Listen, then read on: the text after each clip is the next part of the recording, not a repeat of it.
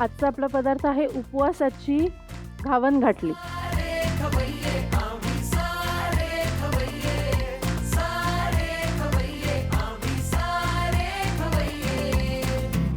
उपवासाची घावण घाटली. Yes. घावणं म्हणजे तांदळाच्या पिठाचं ना? नाही, हा, हे आपण करणार आहोत उपवासाची भाजणी जी असते अच्छा. त्यापासून आपण घावण तयार करणार आहोत. पण घाटली काय मग पुढे? मग घाटली म्हणजे आपण त्याच्याबरोबर आपण जसं रोज पोळी भाजी खातो त्या तोच जो पदार्थ आहे तोच आपण उपवासामध्ये कसा पोळी भाजी जितकाच पौष्टिक आणि तितकाच पोटभरीचा होऊ शकेल यासाठी तयार केलेला हा मी पदार्थ आहे. छान. गौरी स्पेशल उपवासाची घावण घाटली. लागणार साहित्य घेऊन या प्लीज.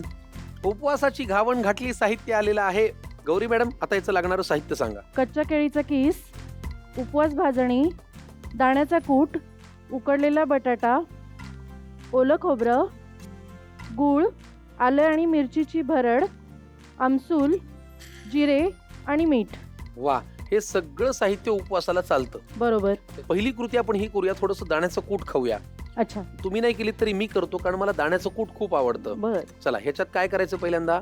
आपल्याला सगळ्यात आधी भजी टाईप जे असतं ते करून घ्यायचं आहे. त्यासाठी आपल्याला बटाटा थोडासा, त्याच्यानंतर केळीचा किस जो आहे तो मिक्सचर करायला लागणार आहे. तुम्हाला एक छान बाउल देतो. येस.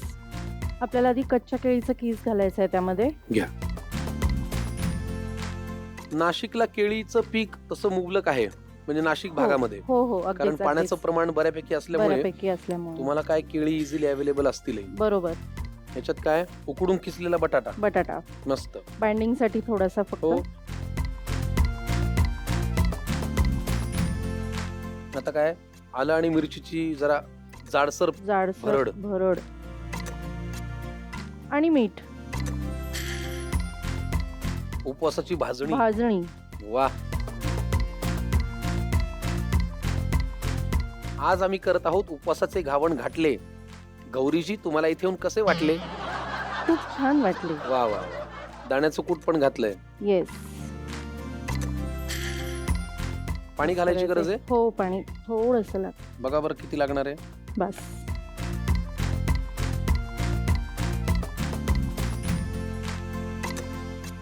कच्ची केळी पाण्यात भिजत ठेवल्यामुळे त्याचा एक ओलसरपणा होताच. त्यामुळे आपल्याला जास्त पाणी नाही लागलं. करेक्ट. आणि बटाटे सुद्धा जे आहेत त्याच्यामध्ये एक ओलावा असतोच. उकडून अगदी काही कोरडं नाहीये ते. बरोबर. एवढा घट्टपणा पुरे. हो, व्यवस्थित एकदम. आता काय? आता आपल्याला तेल कढईत ठेवायचंय गरम तेल किती लागणार आहे मला सांगा. हो. आधी आपण गॅस लावून घेऊ, मग Yes. तेल टाकू. तेल किती लागणार आहे बघा. हो, बस. बस.